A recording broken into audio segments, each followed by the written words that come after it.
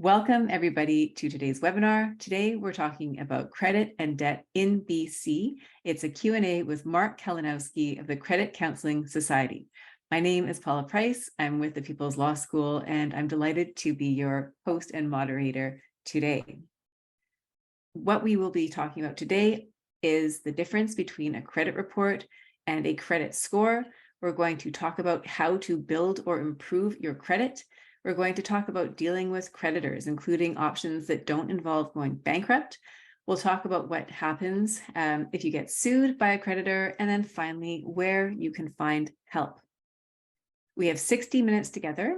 We will be answering common questions as well as your questions. What we are sharing today is legal information, not advice, and it's current as of today. If you'd like more information on today's topic, you're welcome to reach out to our speaker, Mark Kalinowski. His contact information is on the slide. And if what you're looking for is legal advice, in other words, the law as it applies to your particular set of circumstances, then we'd encourage you to reach out to a lawyer. We would like to acknowledge that we're grateful to work on the unceded traditional territories, the Musqueam, Squamish, and Tsleil-Waututh nations, whose peoples continue to live on and care for these lands.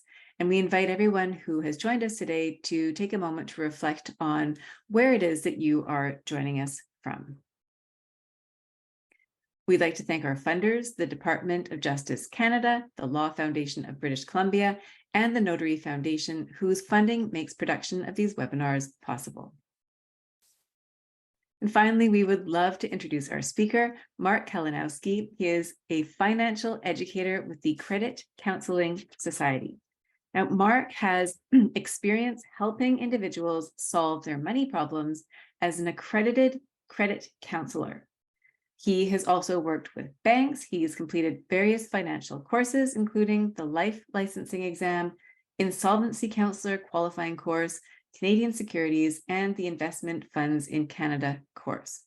We are so pleased to have Mark here today. Mark, welcome to today's webinar. Thanks so much for having me. Nice to be here. And Mark, before we dive into the questions, I'd love to know, can you please share with us what the Credit Counseling Society is and what kind of support they offer? Well, Credit Counseling Society is a fantastic place. We're a charitable nonprofit organization. We help people Ontario out to the West Coast, though I will say we started out in New West, BC. I'm going to say about 26 years ago. And we like to say we help, we educate, and we give hope. And we help because our counseling is free and confidential. And while many of the people who come and see us have like a severe debt issue or they've run into a personal crisis and they're trying to figure out how to make their money work, people will come in and they'll say, can you help me just get a budget? I don't know what I should be spending on groceries. It's not working for me. Or they'll say, I need help building my credit. Can you get my credit score back on par? And we'll look at a credit report or then we do see those people with debt issues. So I always tell people it's free and confidential. You can come into one of our offices or you can call us on the phone. But if you don't like what we say, hey, it's free and confidential. We're not telling anyone you came and you don't have to do it. So that's totally cool. The other thing we do is we educate in the community, and I'm actually a financial educator. And so I spend a lot of time working with big companies, governments, nonprofits, church groups, libraries, anyone that will listen to us talk about financial literacy. And we talk about all sorts of different things, but the neat thing about this job is we don't sell anything. So you can come and listen to me. I'll talk to you about investments till I'm blue in the face. I don't give any investment advice. But at the end of the day, I'm not trying to get your card and saying, hey, come buy from me. And the last thing, we give hope. And the reason we give hope is because so many people are in a bad state with their money. They don't know what to do and they're very, very frustrated. And I always remember this one gentleman who came into my office. He was really upset.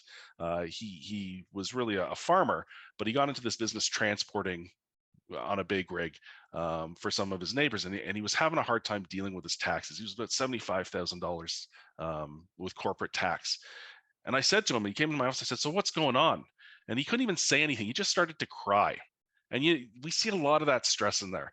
And after about 10 minutes, I said, well, tell me your story. Let's take a look at it. And I said, well, I got good news for you. We can remedy this right now. And I gave him complete instructions on what to do, and his problem would go away. And he stood up at my desk and goes, I don't believe you. I think you're lying. And I said, well, you don't have to believe me. I'm a lowly charity worker. What would I know? I said, here's a list of bankruptcy trustees. Here's a list of accountants. Call them and ask them.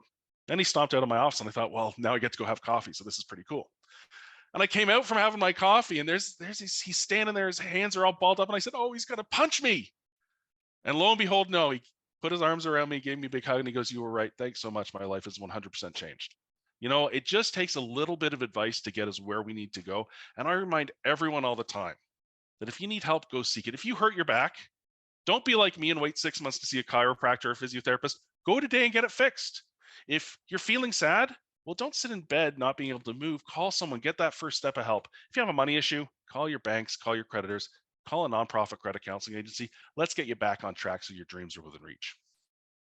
Beautiful. Thank you so much, Mark. We're so thrilled to have you. And for everyone who's joined us, the questions that we're dealing with today are questions that you provided to us. These are questions that often come up in the practice of the Credit Counseling Society. So thank you so much, and really excited for our session. So the first question is, what is credit and why does it matter?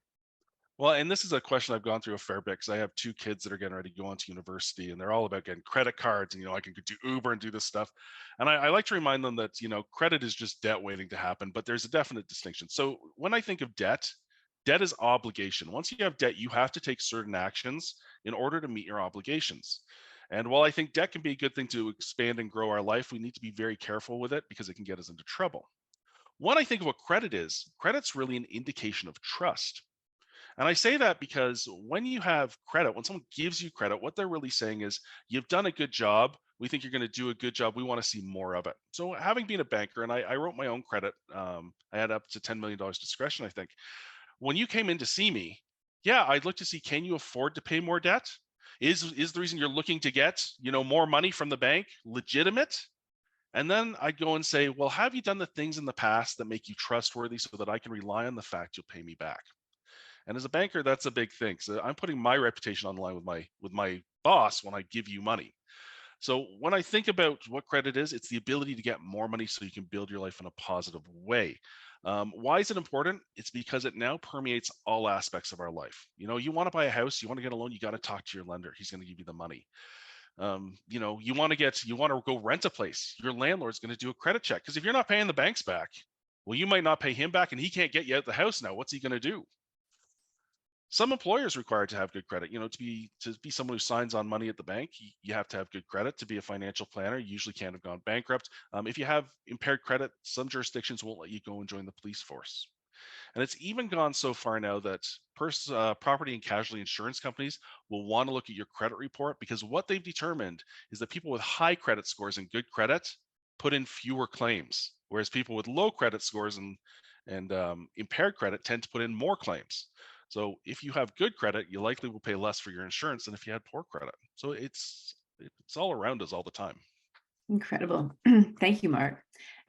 This next question is the difference between a credit report and a credit score. Well, when we talk credit reports, credit bureaus, credit scores, everyone uses them interchangeably, and everyone's very, very obsessed with the credit score. So let's start with a credit report. A credit report is just that. It's a report. It's a piece of paper. It's a computer screen that lists off how you've interacted with your credit in the past. And it's going to have a little bit of area where it tells about who we are personally, our age, maybe our marital status, maybe our past employers. I worked at WD-40 at one point. It still shows up on my credit report there. That's 25 years ago. It's going to have a little area where it tells us where we've applied for credit in the past and how much we've applied for.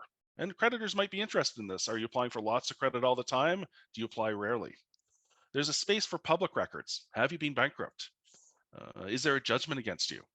These are things people are concerned with, because if there's someone else who's in line to get your money and has dibs on it, I might not be looking to give you any more money. You can put it in a little consumer statement. And I thought about doing that on my credit report recently because I changed cable companies and they sent me to collections because they failed to send me the box to return the equipment. And then they claimed I hadn't sent in the equipment when in fact I had a receipt saying they'd received the equipment.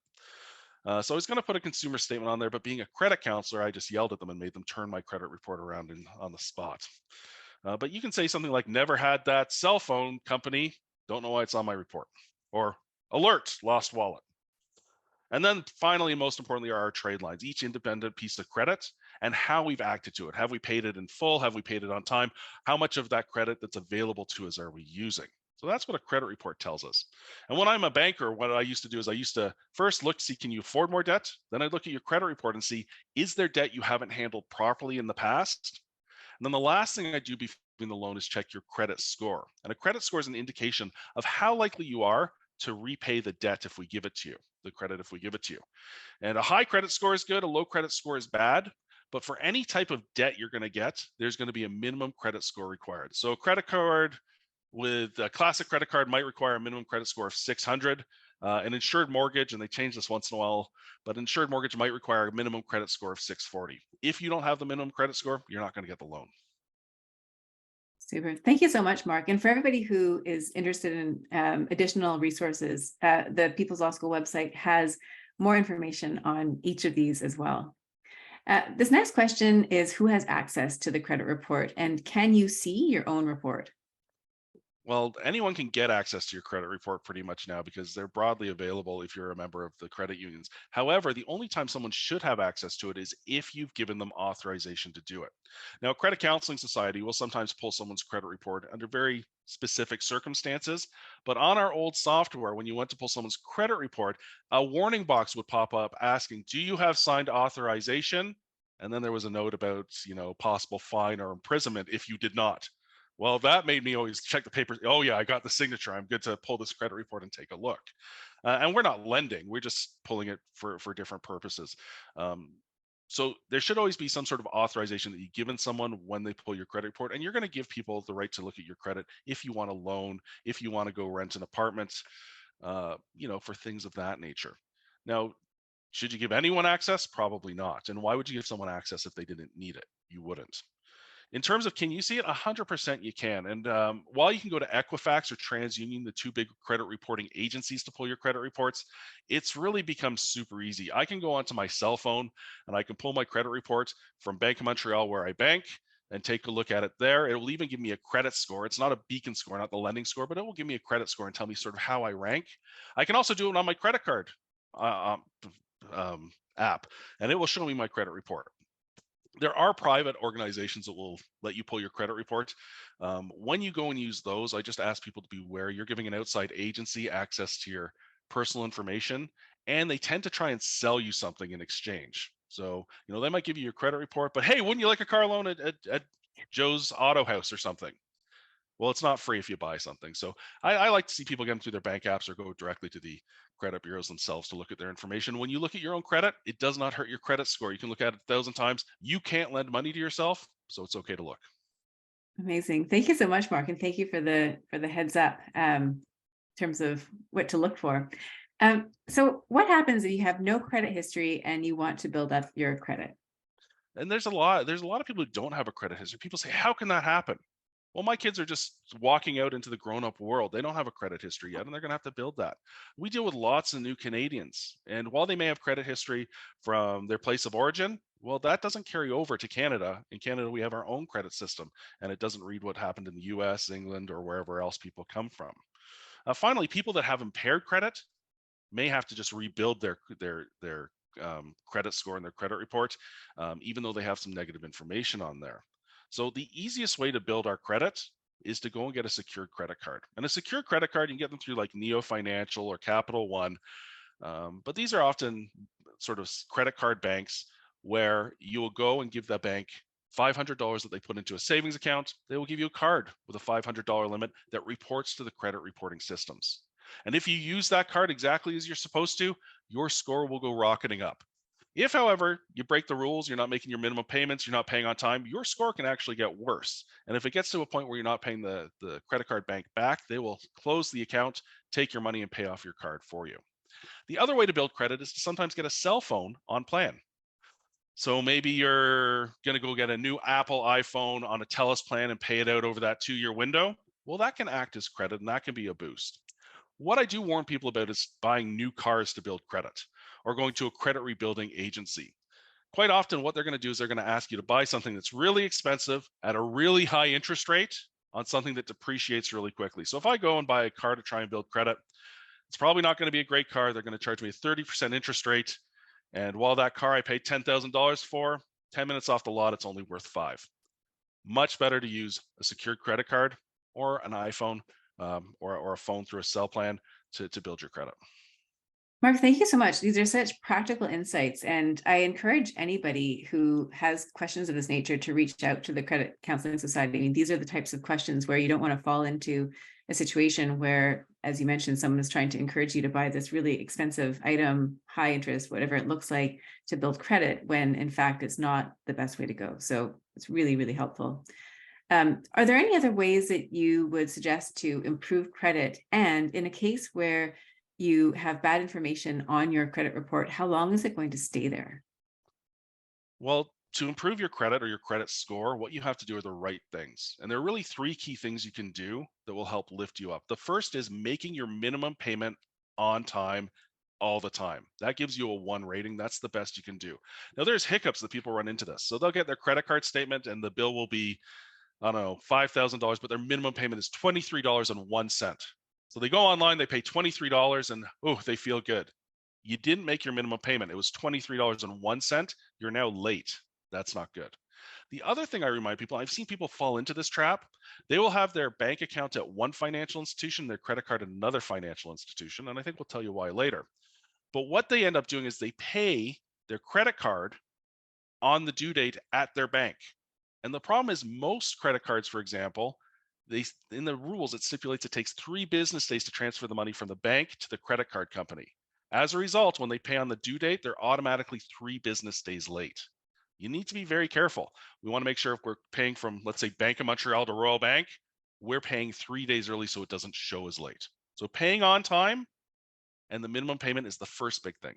The next thing is not to overutilize your credit. We were really lucky. We had someone from Equifax who was in charge of scoring come in and talk to my little group at work. And what she told us is never for a minute, not for a moment, not once, go over 60% of the available credit limit. Now, if you have a loan and you go and get a $50,000 car and you borrow $50,000, there's nothing you can do. You're stuck, right? But when we're talking about lines of credit and credit cards, this revolving credit, we always want to keep under 60% of the limit available to us. So if I have a $10,000 credit card, that's my limit. I would never for a minute go over $6,000. If I needed to spend more than $6,000 on that credit card, I would prepay it. Because if I prepay it, I'm using my own money instead of the credit card companies. And the last thing I'll tell you is don't apply too often. Every time you apply for credit, your score drops a bit. And I had a gentleman who came in, and the problem was he went to a car dealership to buy like a used Honda Civic. And I thought he was paying too much for it, but hey, what do I know about cars? But he told the finance manager to shop his credit everywhere because he had excellent credit. He wanted the best interest rate. And he did have excellent credit. He was like a 750. The problem with this situation is the finance manager took him out to 20 different lenders overnight. And he now looked like he was applying for 20 different $20,000 loans. And the algorithm the computer uses dropped his credit score to 580. He went from getting like a 7% interest rate to getting a 30% interest rate. And they weren't selling him the Honda Civic anymore. He could get the Hyundai with the broken headlight or the Kia with the broken windshield. So that's 75% of building your good credit score. Other than that, keep your credit for a long time if it's good. And just so you know, lines of credit and credit cards help build credit better than loans do. That's the rest of it. Amazing. Thank you. Thank you. And if you do have, these are such great tips. If you do have bad information on your credit report, how long will it stay there? It stays there from the date it was last acknowledged. So acknowledgement can be different things in different provinces. I happen to be an Alberta educator here today. Sorry about that. But here it actually requires a cash transaction. So either you're going to borrow more money or you're going to pay money. In many of the provinces, Ontario and BC included, verbal acknowledgement of the debt can restart the date of last activity. So bad information will stay on your credit report for 6 years from when you last acknowledged it. In your case, cash transaction, a payment, for example, or saying, yes, that's mine, or writing a letter and saying, yeah, this debt is mine. Gotcha. Thank you. This next question is about payday loans, and will getting a payday loan help you build credit? So I had this lady on my phone one day, and she's like, I got to get my credit fixed. I can't afford to pay. I said, well, you only have a little credit card. That's quite manageable. The issue is you have this payday lender, and he's eating up all your cash flow. I said, we really need to get that under control. And she said, I can't possibly wreck my relationship with that lender. I go borrow from him every 2 weeks on the nose to improve my credit score. I'm trying to rebuild my credit.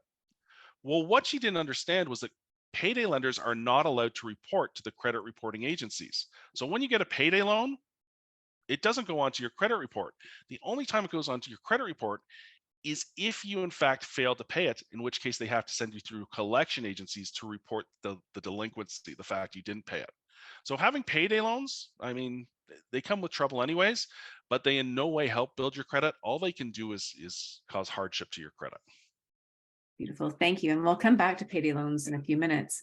Um, I'm struggling to pay my debts. Should I consolidate them? And if so, where would I even start? Well, Paula, many people are struggling to pay your debts, and so you're not alone. I think many Canadians have really had a hard time through COVID, through this massive inflation we're seeing. So if you are struggling, you're like probably, I'm going to say 70% of us who are really finding it hard to make ends meet, and we're using credit to supplement. I think when we start looking to address our credit issues, consolidation is an option. But before we look at consolidating our debt, the first thing we have to understand is what's our cash flow like to actually address that debt. And everyone that comes into our organization generally has to do a budget. And I know people don't like to do budgets. Don't hang up, everyone. But we spend 20 minutes and we just do a rough budget to see where does your money go? Does it go to sensible places? Or are you overspending in some place? And if you are, can we pull money from there to find cash flow to pay your debt? And then when we go to look at the different ways people resolve debt, and part of that might be not paying, or part of it might be consolidating through your bank or doing a debt management program, going to a trustee. It's really about what does the money left over in your budget allow you to afford. Now, I probably would say I send about 1 in 5 clients back when I was counseling off to their creditors to go and consolidate. So I'll say, let's go back to your bank and consolidate there. I think they should at least have a look at it because I think there's a good opportunity for you to consolidate. And the benefit of consolidating should be that A, you only have to make one payment instead of many, and that you're paying a lower overall interest rate that's affordable to your budget than you would be if you hadn't consolidated. Now, I will warn you that I have sent people to banks and they come back with a higher interest rate than what they had with all their debts previously, in which case that might not be the right thing to do. So just be careful when you go to your bank, make sure that it is going to, in fact, work in your favor. I will warn people about going to secondary type lenders like banks and credit unions. Fantastic. I love banks and credit unions. They're well protected in Canada. They're great organizations to work with. When you go to a secondary lender, though, you can expect to pay substantially more interest. I did have a client come in, a couple actually, and they consolidated about $50,000 of debt onto a home equity line of credit. So like a second mortgage on their house that acted like a line of credit. They went through a private lender and their interest rate was 44%. No one gets out of that very easily when you're paying 44% interest. And they said, well, what do we do now, Mark? This is tied to our mortgage. And the lender had them. They could either pay it out and find $50,000 to pay it out, or they hand the guy the keys because he basically bought their house from them. So be very careful. If you need a second set of eyes, find a safe place to go. Credit Counseling Society is great, but depending on where you are, you could always look us up through our umbrella organization, Credit Counseling Canada, and they might have a local person for you. Beautiful. Thank you so much. This next question, Mark, is about creditor protected and what that actually means. Does it refer to income? Does it refer to assets? It refers to both, actually. And the reason I think this is an important thing to talk about is because everyone's really worried about the legal system. I think that's why it's great you guys do this, because when people sit down, they're afraid they're going to get sued and lose all their stuff, or they're afraid of the tax man. And I myself, I file my taxes, but I'm a little afraid because he's very powerful. So when we talk about creditor protected things, this is the idea that just because you have something or you earn money or have money, it doesn't mean that they can take everything from you. So creditor protected means that even if you get sued or go bankrupt, generally that those items or that income can't be taken from you. In terms of the income, generally money given to you by the government, whether it's federal or provincial, that's meant to ensure your welfare is creditor protected. So a big example might be Canada Pension Plan or Old Age Security. Those are both considered given to you by the government to ensure your welfare as you retire, right? So even if you get sued or if you were to go bankrupt, they can't just take that money from you automatically. Now, if you go bankrupt, it can be included in the calculation, but if that's all you have, you're probably below the threshold anyways. Now, I will make mention that when you have this type of income, it's really important to note that you can't commingle it with other income. So if I'm getting my CPP and OAS and I have a job where I make $200 a month doing something else, once I commingle the money, no one knows which dollar came from the government, which dollar came from work. So it all becomes eligible to be taken in the event you get sued. So we want to make sure we keep creditor eligible income separated from any other income we have coming in. In terms of assets, well, there's not a lot that's really creditor protected, but the things that are creditor protected are things like whole life insurance, pensions, RRSPs or registered retirement savings or registered retirement income funds. So long as you're not drawing money from those things, they're held completely separate. And so long as you keep them in those registered programs, they're safe for you to keep and not have to worry about. Excellent. Mark, just going back to the commingling of funds. So would you recommend having a separate bank account then to take your OAP and your CPP relative to the income that would have come in from the job? It would depend on your situation. So if you're in a very secure financial situation, I hope we all are, and as we retire, especially, I hope we are. I wouldn't be worried in my own situation about commingling the funds. It should be okay. I don't use credit anyways. I'm very, very careful around it, right? But if for some reason I feel like there might be some issue, maybe my credit cards are overextended, I'm feeling stressed at all, it's very easy to open up another bank account. And as we all have bank plans, most bank plans will let you open up another checking account if you need to. So it shouldn't cost you any more. So yeah, I would try and keep them separate if I think I'm in a position where I might be susceptible to being sued or have other action taken. Great. Thank you, Mark. We're coming back to the payday loans. And what happens if you get stuck in a payday loan cycle, and how can you get out of it? So what we see at credit counseling is people get in this payday loan cycle where they take out that first payday loan, they get paid on Friday, but their rent was due Tuesday. They're $300 short. I'm just going to take out the loan. I'll pay it back when I get paid. And the problem is the interest can be quite high, upwards of 400%, depending on where you live. So that $300 you borrowed in 2 weeks is now $360. And if you don't have $300 today, you probably don't have $360 next week or 2 weeks from now. So you have to borrow a second one to pay the first, and you don't make any traction on it. And what you see is people end up with 1, 2, 3, 4. I've seen as many as 20 payday loans for one person, and they're never going to get out of the situation. So there's a few things you can do if you find yourself stuck in this sort of payday loan cycle. The first thing is stop. Just stop borrowing. And if you need to, stop paying back for a while. And everyone goes, I can't, I owe the money. Well, you're just building a bigger hole, and you're going to have a hard time paying it back. So let's just stop and take it easy for a minute and think about what we want to do. And if we just have the 1 or 2 payday loans, what we can do is we can then just start paying them installments. Call them and say, I can't pay you $360, but I'll pay you $60 this week. They should take the money. And if they don't, keep the name of the person who said they wouldn't, the date you wanted to pay it, and the amount you were going to pay. Because if they decide to proceed through court, well, the judge is going to say, well, why wouldn't you take money? That's ridiculous. So we want to keep track of that.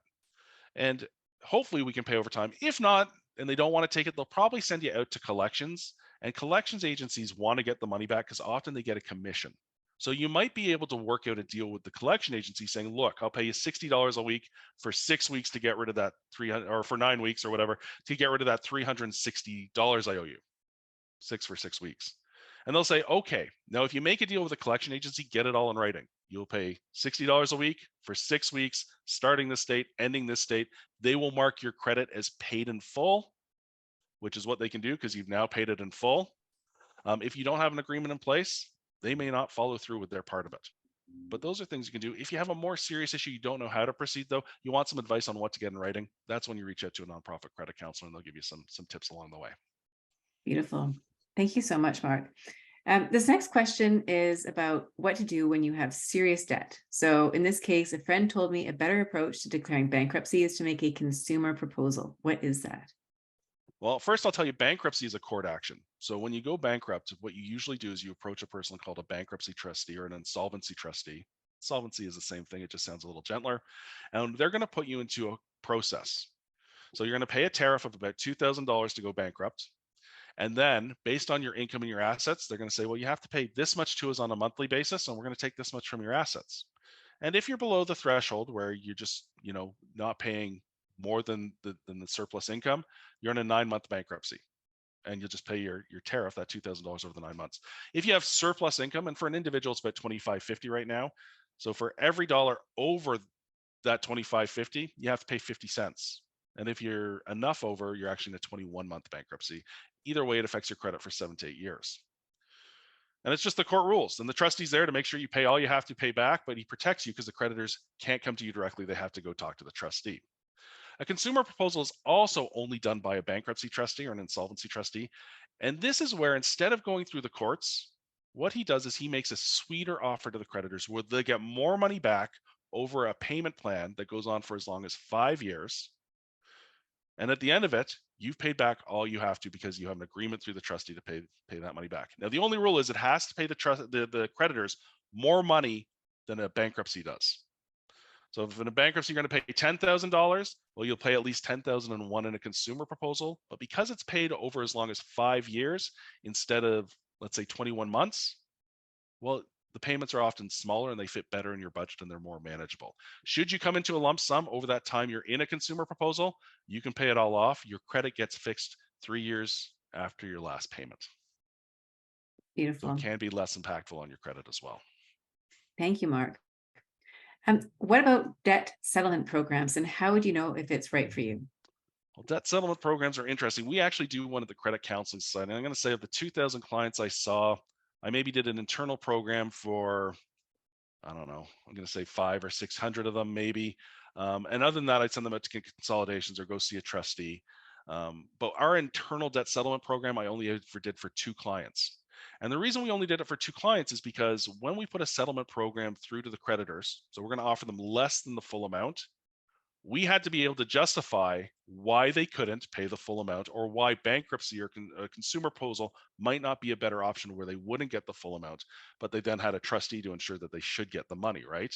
So settlement programs are a little bit tricky that way from where we look at it. Now, there are those debt settlement companies out there, but I'm going to warn you, I won't say a lot of them, but there are those companies out there that take large upfront fees. They gather money over time with no guarantee that you won't get sued in the interim and no guarantee that a settlement will be accepted at the end. So you might pay lots of fees and end up with nothing at the end of the day. When you're looking for a solution to debt, it's really important that you have a solution at the end of the process of paying that debt. If it's not guaranteed, I'd be very, very wary of it. The Mm. last thing I'll suggest about debt settlement is you can always try and do it on your own. And if you're going to try and do it on your own, usually this is going to come after you're beyond that statute of limitations, after that point where you can no longer be sued on the debt. And in most jurisdictions, that's 2 years after you've last acknowledged it. And then you're going to go and you're probably going to talk to a collection agency and say, hey, look, on this alleged debt, and I'm going to tell you, you're always going to use the term alleged because you don't want to acknowledge it verbally. This alleged debt, I think it could be settled for this much money. And the only way these guys can get the money back now is if you give it to them because you can no longer be sued. So they're more willing to sort of negotiate with you. If you're going to go and settle again with a collection agency, you got to get it all in writing. When you'll pay, how much you'll pay, what they're going to report it as when you're done. Get all your T's crossed, I's dotted. If someone had called me and asked me, how do I do this, Mark? I actually used to have a 1-page sheet I would just send to them and say, make sure all this is in writing. So you can do it on your own as well. But if there's no guaranteed solution at the end, be a little bit wary because someone's probably taken a lot of money and they're not telling you they're going to be able to do it. Beautiful. Thank you so much, Mark.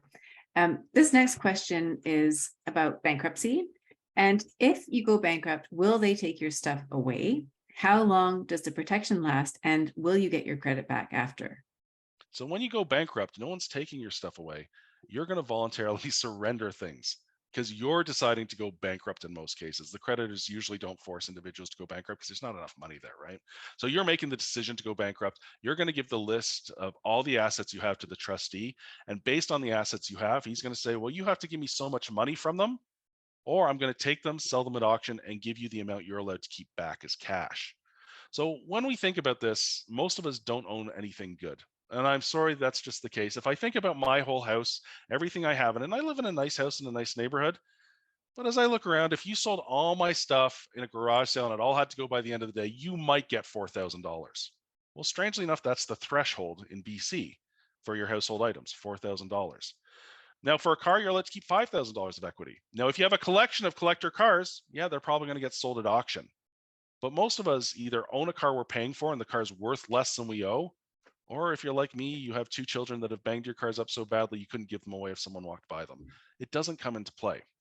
The big asset that people are concerned about, and remember, if we're going bankrupt, so long as we're not drawing on our RSPs, our pension, our whole life insurance with the beneficiary designated, that stuff stays protected from it. It's not included. So the big asset that people are concerned about are houses. And I know in BC and Ontario, housing values have gone through the roof, right? And you're only allowed to keep in Vancouver and Victoria $12,000 of equity before you have to surrender the rest. And outside of the 2 main centers, it's $9,000. Well, here's the thing about bankruptcy. Bankruptcy is math. If you have cash flow to pay the debt, pay your monthly debt, you're not bankrupt. If you have assets to offset the debt, a house worth $1 million and you only owe 10,000, well, you can sell the house and remedy the debt. You're not bankrupt. So if you go into a trustee and say, I want to go bankrupt, but I have too much equity in my house, he's going to say, well, go sell your house. That's your solution. They can't put you into bankruptcy if you don't qualify. And it sounds strange you have to qualify, but you do. So you can't afford the minimum payments. You don't have a debt to offset an asset to offset the debt. So will they take your stuff? If you have really good stuff, maybe, but most of us don't. Most people don't have to worry about that. Your protection lasts while you're in the program doing it. So if you're in a bankruptcy, it's either 9 or 21 months. And at the end of those terms, so long as you do what the trustee says, report your income, report your budget, do those things, take the courses. There's 2 courses you have to take. Well, then you're done. He's going to apply for a discharge. You're going to move on with life. You're going to wait that 6 years until your credit's in a position to rebuild. If you do a second bankruptcy or a third bankruptcy, now instead of 9 months or 21 months, you might be bankrupt for several years, and it will stay on your credit for 14 years after. So it can actually show for 17 years on a second bankruptcy and a third bankruptcy. All that being said, I was a big lender, and I had someone come into my office and say, I just finished my third bankruptcy. It just fell off my credit report. I want to open a magazine. Can I get a loan? Yes, you can. We can help you with that. Banks will line up to give you more money once you qualify. So I wouldn't worry too much about it. If you take the right actions and start building your credit with a secured credit card, maybe a cell phone, even once you've done the bankruptcy, but waiting that in that interim period, you'll be in a position to get more credit. Great. Thank you, Mark. This next question is about calls from the collection agency. If you're getting that type of call, what should you say, and can they call your employer? So collection agencies in BC can contact you between the hours of 7 a.m. and 9 p.m. Monday through Saturday, and you get relief on Sunday. It's only between 1 and 5. Now, they are allowed to text you, and they can apparently text you any time of the day they want, so long as their text is reasonable and is approved. That being said, I tell everyone, you don't have to talk to anyone you don't want to. So when most people call me, my phone rings probably 15 times a day. I just don't pick up because I'm not that interested. Hopefully it's not my mom. Who knows? I'll call her back later.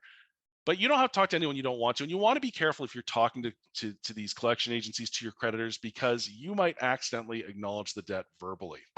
What I'd much rather people do is, if they want to communicate with their creditors, is to write letters.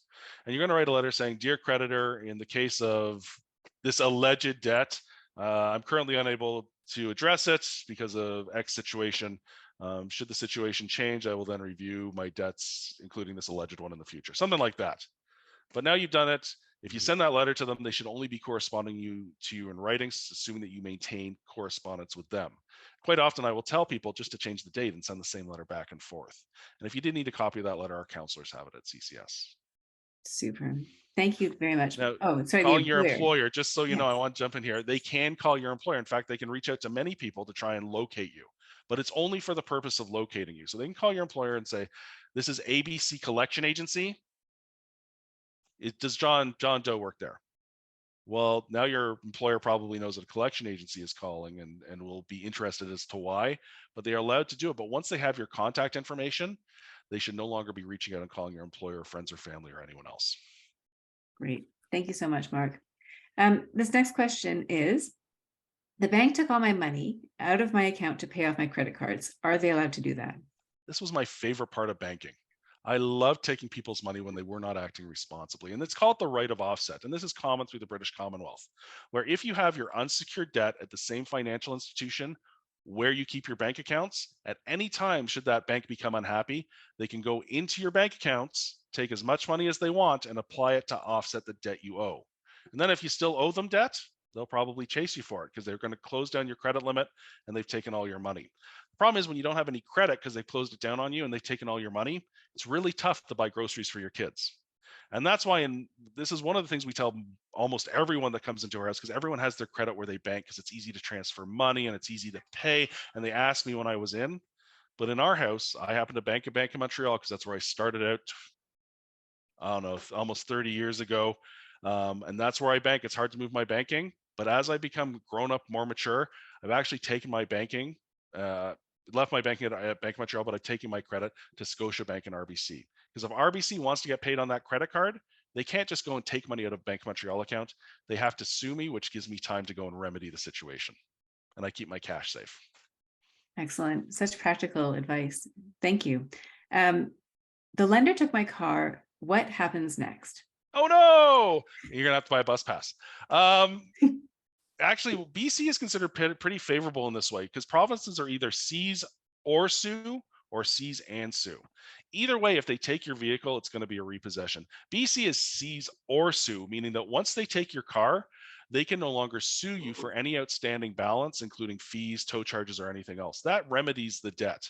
Now, it's still going to show on your credit report as an I-8, an installment loan 8, which is bad credit. You're not going to get any credit for a long time until that probably purges off your credit report. But you know you're not going to be sued for the remainder. Couple of key things. If you can't pay for the car, or if they're calling you saying they want it, you can say it's parked out front. Go take it. You can leave the keys in the car. What do you care? You're not paying for it anyways, right? If you go and take the car back to the dealership, you're not allowing a repossession. You're voluntarily surrendering the vehicle, and now they're going to have the car, and they still have the ability to chase you in the courts. So we want them to actually physically repossess it. If they come to repossess and say, you just got to sign this, don't sign. Sign nothing. They might be giving you a piece of paper saying, we've taken your car, and now you agree to owe is anything outstanding, right? So the car's parked out across from my house. Keys are in the mailbox. Knock yourself out. Fabulous. Thank you, Mark. This next question is, what happens if I get sued by a creditor? Will I need to go to court, and can I be sent to jail? See, so this is a neat thing that I learned. I was reading the Globe, I think it was the Globe and Mail or the Financial Post, because I'm a bit of a money nerd and I like those publications. And I remember reading an article, and it was about based on the year 2015. And in the year 2015, 85 people went to court and then were sent to jail for tax issues. 85 in a country of 35 million, which is a minuscule number. So the first thing I'm going to tell you is, where money's concerned, unless you've done something fraudulent, you don't go to jail. The truth is, when you take a loan out on a credit card or you take a loan out on a car, really, it's an investment someone's making into you, and some investments work out and some don't. It's civil. It's not criminal, right? So there's no jail involved in it unless you maybe yell at the judge or something and you go for contempt. I'm not a legal expert that way. But just for debt, no, you don't go to jail for debt. If you do get sued, what happens is you get served with some papers, and you're going to be given the opportunity to respond. I think in BC, it's 21 days that you have to respond to it.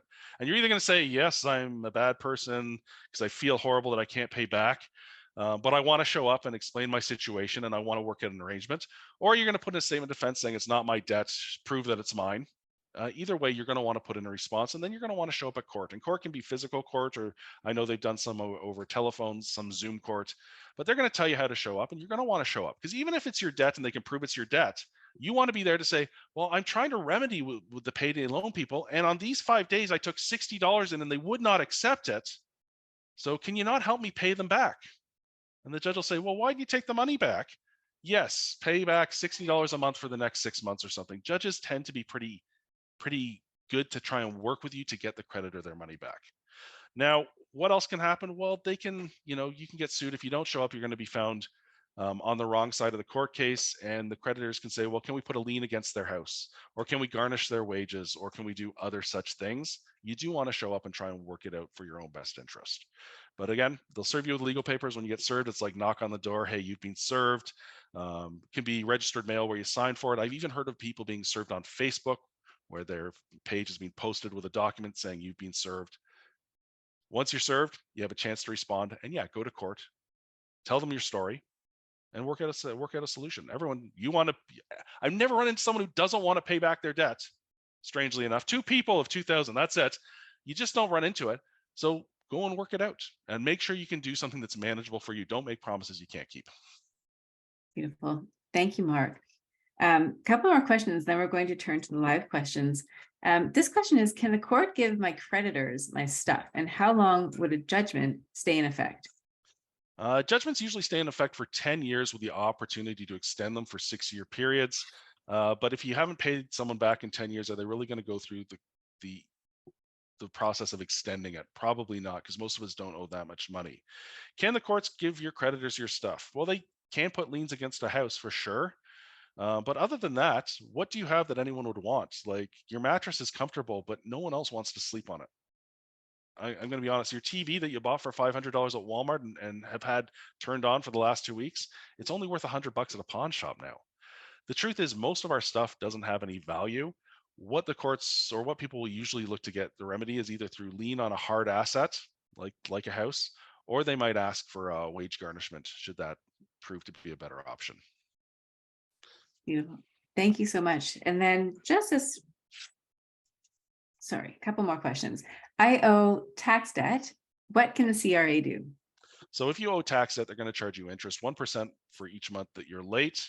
And then what they're going to do is they're going to call you and try and get you to pay. At some point, they're going to call your banker and say, please freeze these accounts. We want them to call us and make arrangements. If that doesn't work out, the CRA has huge powers to make you do anything. They can garnish your wages. They can keep your receivables if you own your own business. They'll keep your tax returns for sure if you have money owed back to you. They can even go so far as to sell your house. And I had one person call me and say, hey, some guy just knocked a for sale sign on my house. I said, oh, why is that? Well, he said it was to the CRA. I said, well, do you owe the money? Yeah, like 75 grand. Yeah, they were going to sell his house. So they don't have to take you to court. They can just do this. The best bet is to talk with the CRA. Strangely enough, they're usually pretty reasonable. They're trying to do the job as best they can, but it's just a job. They're the government. They're trying to help people out as well. So talk to them, work out an arrangement. Beautiful. Thank you so much. And then this last question, then we're going to turn to some of the questions that have come in through the Q&A. Mark, you are incredible. You've answered so many questions already.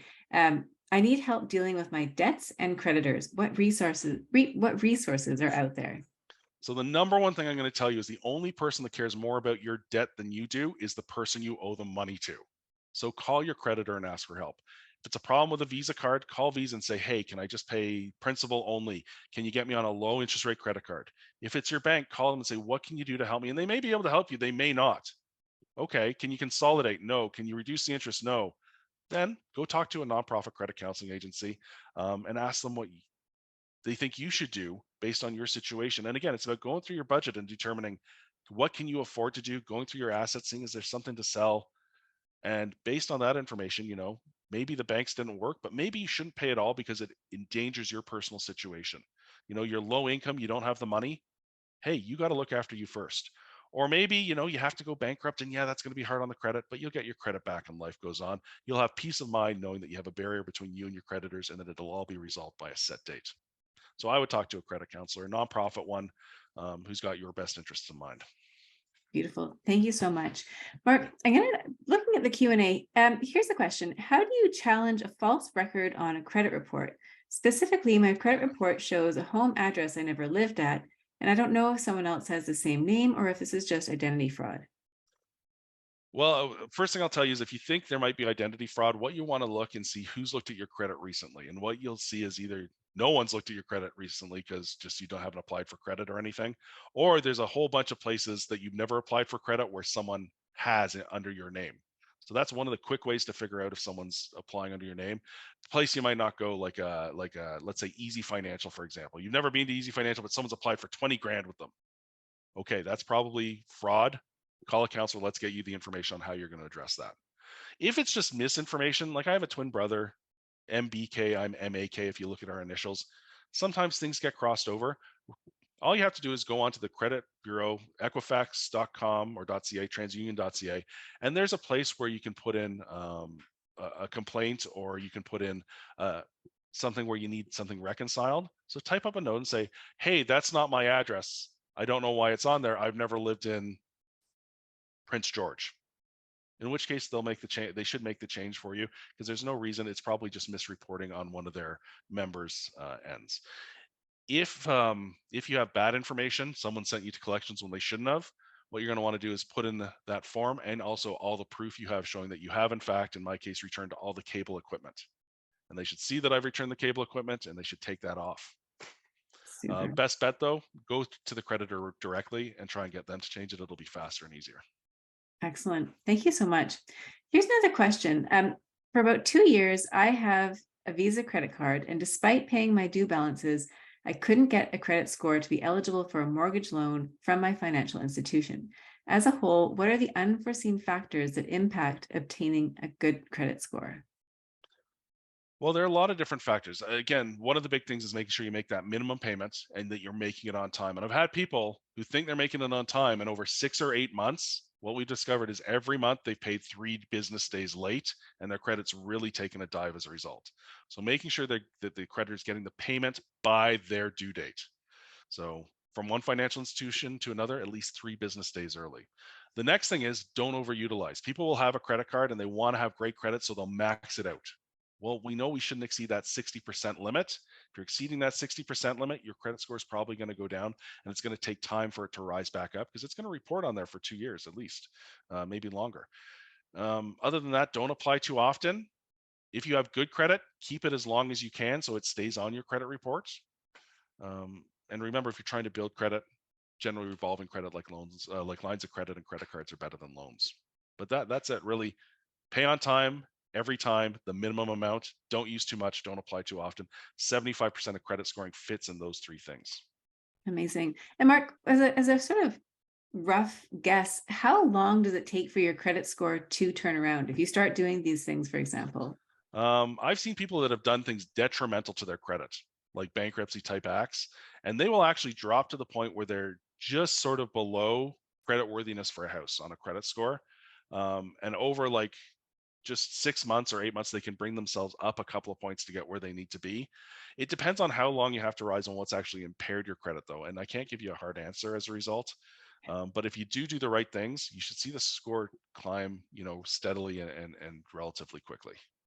Very interesting. Yeah, I was wondering if it was a month to month or a year to year type of situation. It sounds like it's dependent on A lot of situation. people look at their credit score like every month, and I think that's very, very stressful. I would check my credit report once every 6 months and give it time to actually build and grow, knowing that so long as you're doing the right things, it should improve. Great, thank you. Um, Quick question. You mentioned, one of the questions is which website is legitimate for obtaining a credit report? And we have in the written answers Canada and Equifax. Sorry, Equifax and TransUnion. Are there any other?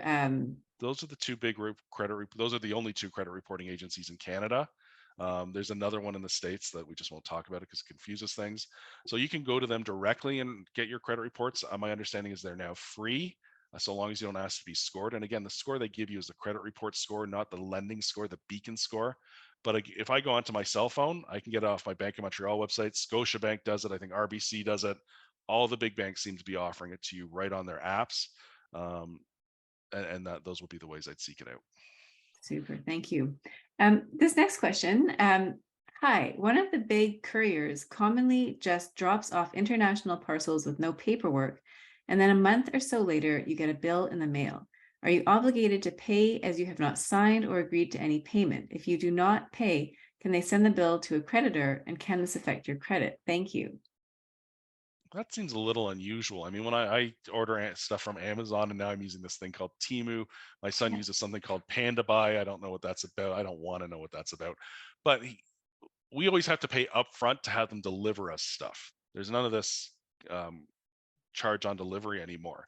So it seems odd. If you haven't signed an agreement to pay for something and they've dropped it off, I don't see how they could chase you through courts demanding payment because there's no paperwork saying you've legally taken on the debt or made agreement to pay. That being said, they could send you off to a collection agency, at which point you'd either have to deal through the collection agency, through the company itself, or you might have to go to the credit reporting agencies and say, there's no proof that I signed for this. This is fraud and illegitimate, and try and get it remedied that way. But they could send you, but what legal leg they have to stand on is beyond me. I would, if you can't get satisfaction directly, go through the credit reporting agencies and ask them to run an investigation and see if they can't get the information removed. Super. Thank you. Mark, here's a question about using there's a reloadable MasterCard. I was told that I can build my credit score by making a small separate line of credit payment each month. Is it safer than a credit card? So I don't know what a reloadable credit card is. It sounds like a gift card to me. So I can't actually speak to that. Yeah. If you do want to build your credit, the best way I've found to do it is to get 2 points of revolving credit. So let's say credit card or two credit cards, or a credit card and a line of credit. And the idea is I'm going to use my credit card to pay my cell phone bill, for example. and then I'm going to pay off my credit card with my line of credit, and then I'm going to pay my line of credit off immediately. And the idea is I'm keeping my payments very manageable. It's just a cell phone bill. I'm going to pay it one way or the other, but I'm building it up on one point of credit, and then I'm paying it off with the second point of credit, paying virtually no interest. So I think having 2 points of revolving credit is fine. I'd be careful not to have too much credit available to you. The more credit you have available to you, the more tempted you could be to go and spend it. The other thing is, if you have lots of credit available to you and someone should get into your wallet or get your information, they can steal that credit, run up the bill, and the banks are becoming more difficult to get to get agreement on and indemnifying you on those things. Thank you so much, Mark. I'm just looking at some of these questions. There's one here, and I'll read it out to you. And if you're able to answer it, that's great. It says more and more seniors are still owing on a mortgage and feeling pressure to take out CHIP, so CHIP, for the current value of their mortgage and additional expenses and debts. How best, and I'm not sure exactly how the question ends, but how best to determine whether you go down, I think. So does that ring a bell for you? A CHIP is a reverse mortgage. So when you get a reverse mortgage, usually you have to be over the age of 55. And I think, off the top of my head, don't hold me to it because I'm not a mortgage broker, but I think you can borrow as much as up to 60% of the equity in your house, not having to make any payment. The money's yours. And the way the reverse mortgage people get their money back is when you pass on or when you sell your house, they take whatever's owed to them, including that interest that's had an opportunity to grow and compound, and they take that money to pay themselves off, and they give you with what's ever remaining. I'm not necessarily against a chip mortgage. What I do warn people about is that if you're having a hard time staying in your house and your income is being reduced, at some point, you may use all your chip money and not be able to maintain the house anyways, and end up having to exit it because you have to sell it and move into something less expensive anyways because the roof can't be fixed or what have you. And then you don't have the equity to live off of. I think it's something you need to be very, very careful of before you jump into it. And if you have a financial planner, I would suggest you go and talk to them before you make any agreement on a chip mortgage. I know what they are. I think I've recommended it to one senior in one very specific instance. But I'm very careful because the equity in the house erodes very quickly as the interest compounds, as no payments are made on the principal you borrow. The interest you pay is also higher than you would by getting a mortgage at a bank, beyond which there's setup fees that you have to think about. Excellent. Mark, is there anything beyond what we've talked about? I mean, I feel like you covered so much ground, so many different aspects of the credit, the debt, just the importance of dealing with it directly, right? Whether it's reaching out to your creditors or going to the Credit Counseling Society. Is there anything that we didn't talk about that you'd like to mention before we wrap up today? Well, I think you just bring up a good point. The truth is, you can't hide from it. And I've had so many people bring me in stacks of unopened mail saying, "Oh, I know I'm in trouble. You open it." I don't want to open your mail. Open your mail and figure out what you owe. It doesn't change anything. Like, face it head on. Don't run and hide. Don't be afraid to take the next step. But really, and this is with everything in life, don't go it alone. Go find a good resource to help you navigate through it. And there are lots of good resources out there. And if you don't know where to find them, quite often, I think most big cities have like that 311 information line, and they can help guide you in the right direction. Do your reviews on Google with whoever you're going to go and engage with. Make sure that it's not just a good individual, but it's a good organization as a whole. And don't be afraid to ask a lot of questions. The last thing is trust your gut. Like, there's so much fraud and so much terrible stuff going on out there, and people say, oh, they were trying to scare me into action, I knew it, or it was too good to be true. Well, your tummy knows even when your head won't tell you the truth. Follow your gut, and more often than not, it leads you in the right direction. I feel like, Mark, you have taught us so much about credit, about debt. I mean, so many practical insights in terms of how to structure your affairs. Thank you so much for joining us. It has been such a pleasure having you here with us today. Thanks for having me, Paul. I'm lucky because I get to do something for a great organization that doesn't sell anything, that's not looking for anything from anyone, and just talk about something personal finance, which I love.